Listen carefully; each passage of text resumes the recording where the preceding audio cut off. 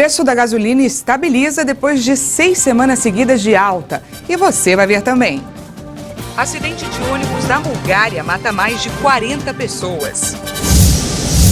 Estados Unidos emitem alerta contra viagens para a Alemanha e Dinamarca por causa da alta de Covid-19. Tribunal Superior Eleitoral abre 6º teste de segurança das urnas eletrônicas que serão usadas nas eleições de 2022. E ainda, imunologista fala sobre a importância da dose de reforço no processo de imunização contra a Covid. Você vai ver a partir de agora. Uma boa tarde para você, seja bem-vindo. O preço da gasolina ficou estável depois de 6 semanas seguidas de alta. O valor máximo de R$ 8,00 o litro foi encontrado no Rio Grande do Sul. Depois de registrar sucessivos aumentos, o preço médio da gasolina nos postos do país ficou estável na semana passada, sendo vendido a R$ 6,75 o litro em média. De acordo com o levantamento divulgado pela Agência Nacional do Petróleo na semana anterior, o combustível havia registrado a 6ª semana seguida de alta.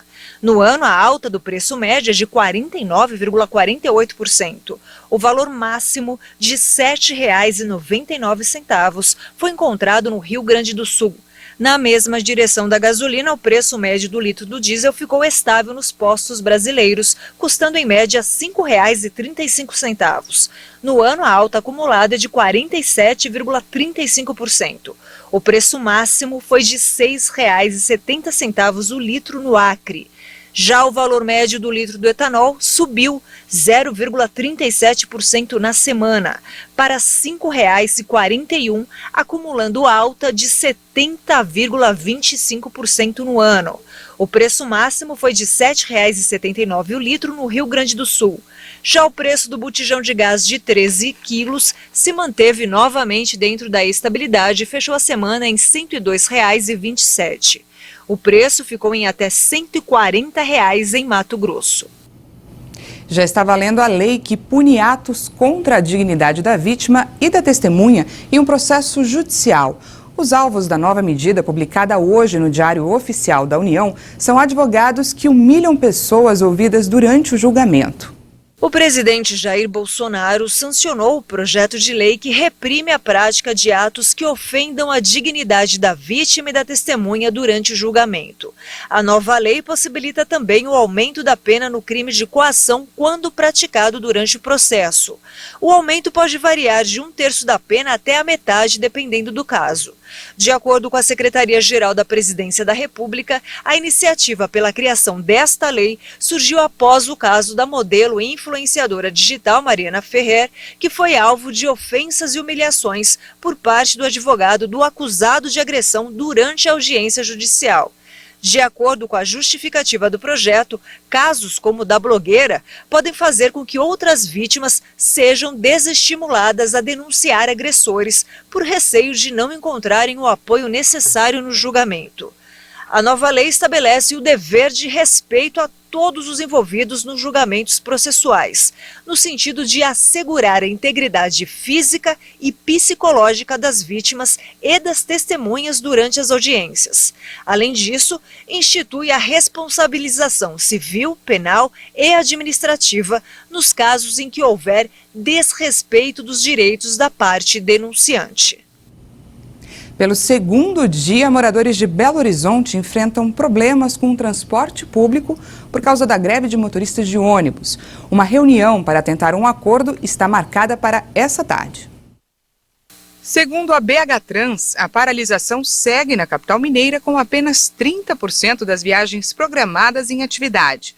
Uma decisão do Tribunal Regional do Trabalho determina o funcionamento no mínimo de 60% da frota durante a greve, sob pena de multa diária de R$ 50 mil.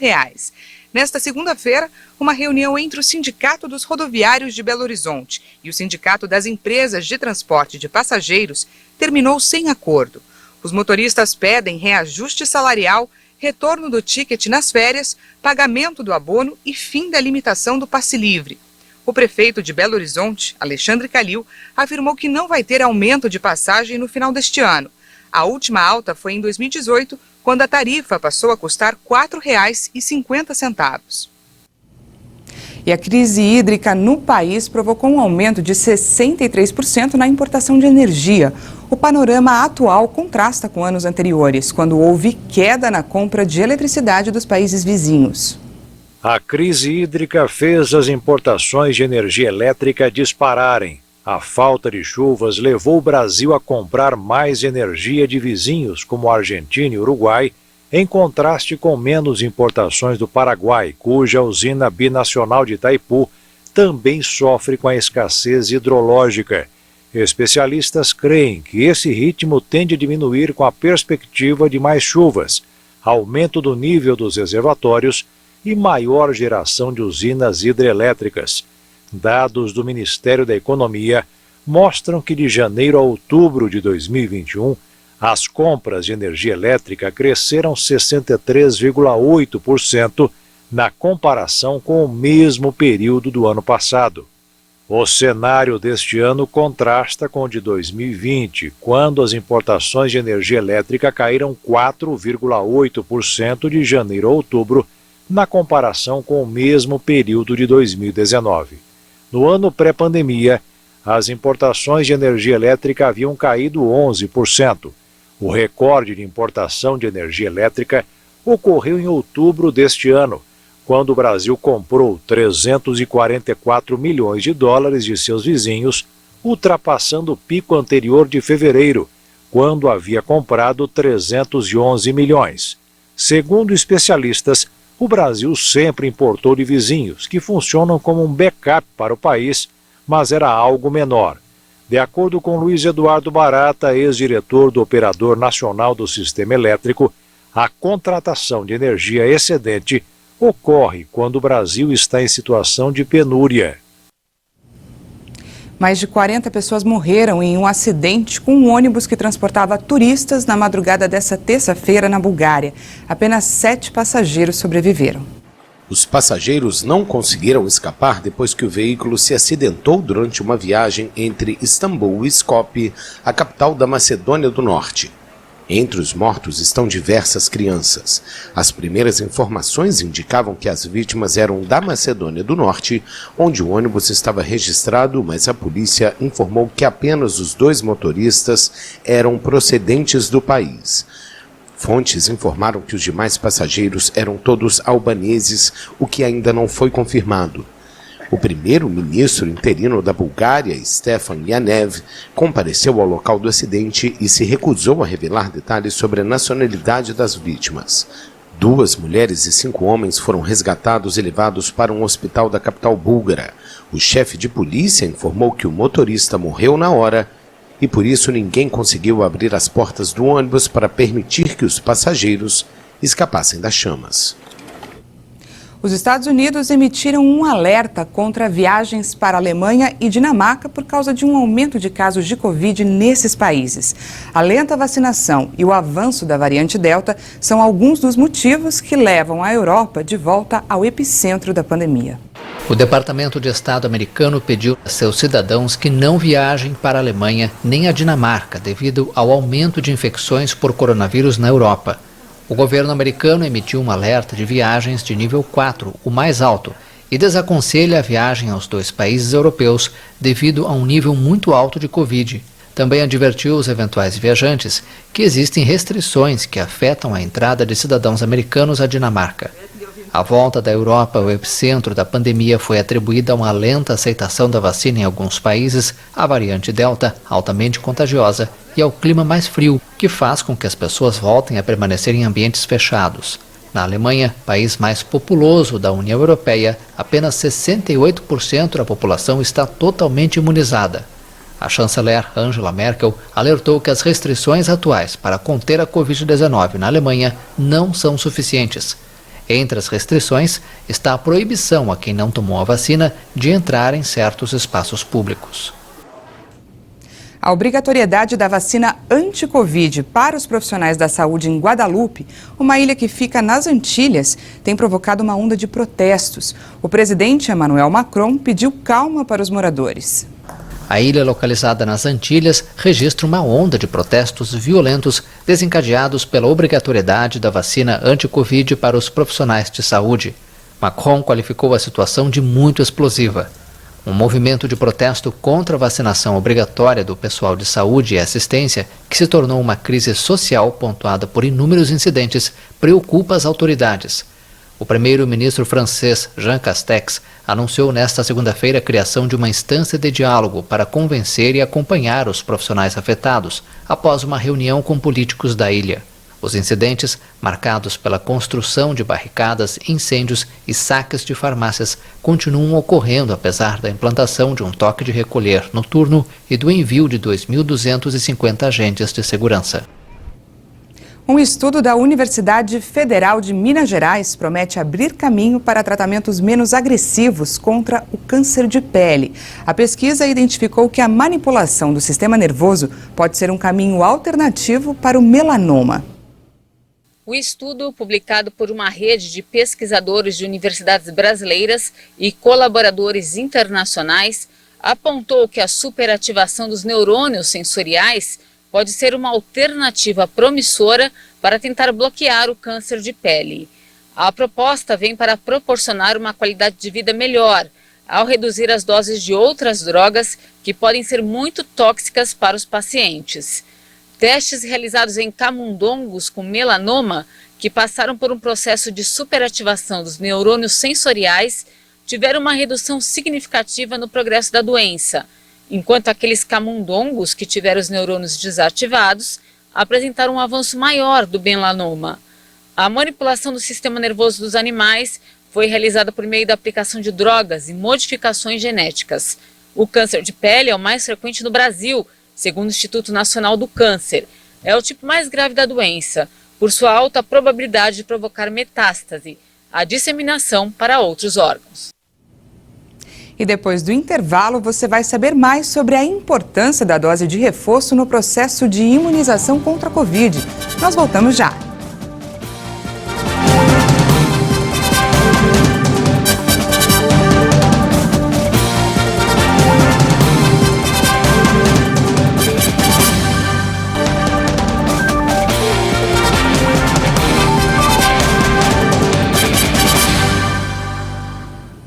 Estamos de volta, agora são 13 horas e 16 minutos no horário de Brasília. A Serasa promove o feirão do Limpa Nome em 6 capitais e também pela internet. Mais de 100 empresas participam da negociação com inadimplentes. A Serasa está promovendo o feirão Limpa Nome. No evento, o consumidor inadimplente tem a oportunidade de negociar a dívida para conseguir quitar. O feirão acontece de forma online no site serasalimpaNome.com.br, com mais de 100 empresas dispostas a negociar com os devedores. Em 6 capitais brasileiras, São Paulo, Belo Horizonte, Rio de Janeiro, Fortaleza e Manaus, o feirão também acontece de forma presencial. Os descontos oferecidos são os mesmos dos canais digitais e chegam a até 99% do valor da dívida. Além do feirão, a Serasa lançou também o programa de auxílio dívida. O aplicativo pode ser acessado até o dia 30 para pagar à vista dívidas acima de R$ 200. Com isso, o consumidor ganha R$ 50 de retorno.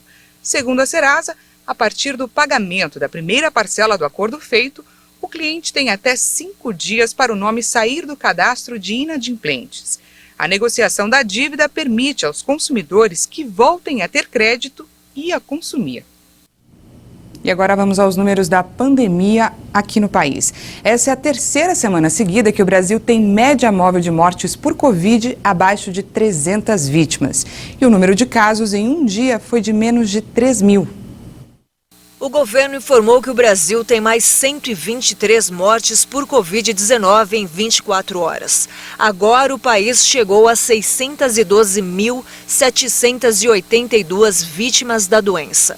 Também foram confirmados mais 2.594 novos casos de um dia para o outro. No total, já são mais de 22 milhões, 19 mil diagnósticos positivos para o coronavírus. A média de mortes está em 205 vítimas por dia. Segue abaixo de 300 pelo 21º dia seguido. Com uma redução de 13,02% em relação a 2 semanas atrás, a curva volta a apresentar tendência de estabilidade. A média móvel de casos indica 8.443 novos registros diários, com uma diminuição de 14,77% em relação a 2 semanas, apresenta tendência de estabilidade. No mapa da evolução da doença por regiões, hoje 10 unidades da federação apontam alta: Amazonas, Bahia, Ceará, Distrito Federal, Pará, Piauí, Rio Grande do Norte, Rondônia, Santa Catarina e Sergipe. Já em estabilidade estão 9 estados: Acre, Alagoas, Amapá, Maranhão, Mato Grosso do Sul, Paraíba, Pernambuco, São Paulo e Tocantins. 7 estados apresentam queda: Espírito Santo, Goiás, Minas Gerais, Paraná, Rio de Janeiro, Rio Grande do Sul e Roraima. Um estado não atualizou os dados: Mato Grosso. E olha só, os questionamentos da Agência Nacional de Vigilância Sanitária em torno das medidas anunciadas na semana passada pelo Ministério da Saúde sobre a ampliação da dose de reforço dos imunizantes contra a Covid geraram dúvidas. Para esclarecer algumas delas, a nossa equipe conversou com uma imunologista. Vamos conferir na reportagem da Maria Clara Leite. Eu não vejo, assim, nenhum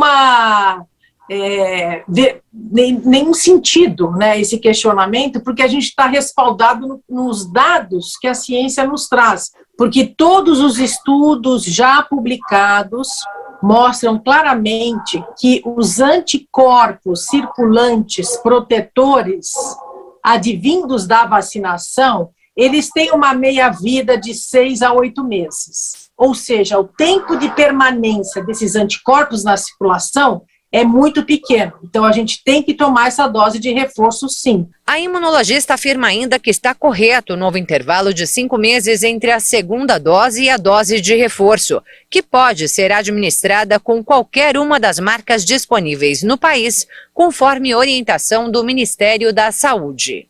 É desejável que as pessoas recebam a terceira dose diferente da vacina que recebeu anteriormente. Porque o sistema imunológico, ele funciona da seguinte forma: quanto mais diferente for aquele agente, aquele antígeno, vamos dizer assim, da vacina, maior será a minha resposta imunológica. Mas como a orientação é tomar aquela marca que tiver no posto, se a pessoa tomar 3 doses da mesma marca, tudo bem? Tudo bem. Se ela puder receber essa terceira dose de uma marca diferente, será um tanto quanto melhor. Mas, caso não tenha disponibilidade, ela procure outros locais e não encontre uma vacina diferente, ela pode receber a mesma dose. O Ministério da Saúde também atualizou a recomendação quanto à vacina da Janssen, que até então era conhecida como de dose única. A Janssen também requer 2 doses. Com isso, a orientação é que todos os brasileiros que tomaram esse imunizante retornem aos postos de saúde para aplicação da segunda dose, conforme os novos lotes que foram recebidos recentemente forem distribuídos pelo país. Essa é mais uma medida defendida pela doutora Lúcia. Os estudos clínicos com as vacinas, eles correm no Brasil inteiro e no mundo inteiro, em universidades e centros de estudos renomados, e a gente tem que acompanhar os dados que a ciência nos traz, né?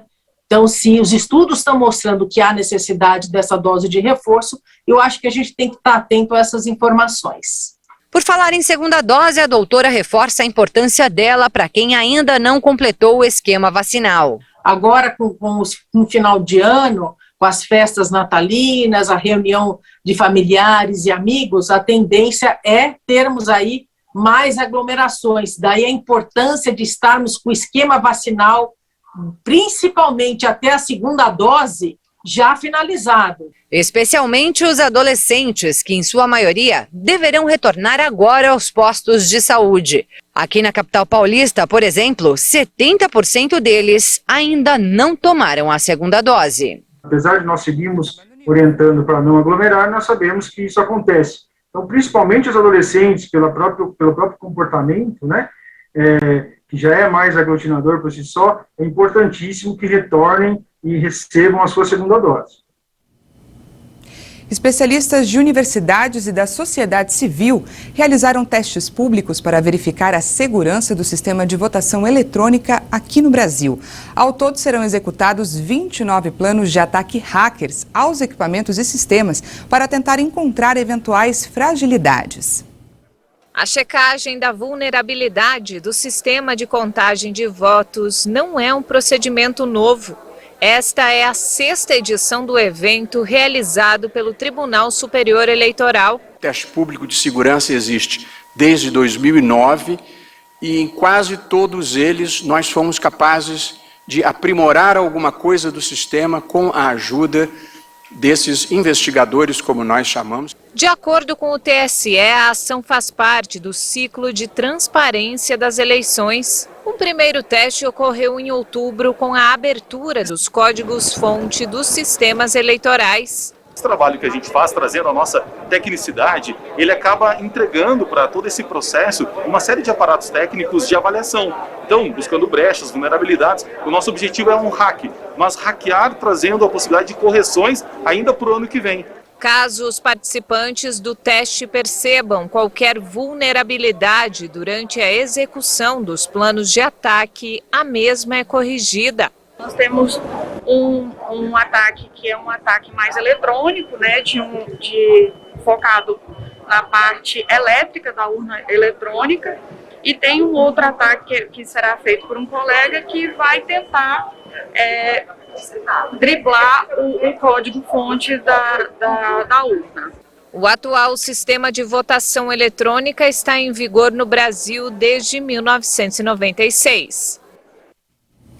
Apple e Amazon foram multadas pela agência reguladora da Itália em cerca de 200 milhões de euros por violação da concorrência. As duas empresas americanas afirmaram que pretendem recorrer da decisão. As gigantes da tecnologia teriam restringido o acesso da plataforma Amazon a alguns revendedores de produtos Apple. Por esta razão, a agência italiana determinou que a Amazon deve pagar uma multa de 68,7 milhões de euros e o grupo Apple de 134,5 milhões de euros. Em um comunicado, a agência detalha que as empresas violaram o artigo 101 do Tratado sobre o Funcionamento da União Europeia. Segundo o organismo italiano, a investigação também permitiu estabelecer a vontade das duas empresas de introduzir restrições puramente quantitativas ao número de vendedores para aumentar seus ganhos. Esse comportamento ainda é mais grave porque pelo menos 70% das compras de produtos eletrônicos feitas pelo público na Itália acontecem na plataforma Amazon. Segundo o órgão italiano, a investigação serviu de modelo para as autoridades de concorrência da Alemanha e da Espanha, que também iniciaram processos similares. Essa edição fica por aqui, mas no YouTube você pode rever as nossas reportagens. Já já tem outras informações com a Juliana Dariva. Uma boa tarde para você e até amanhã.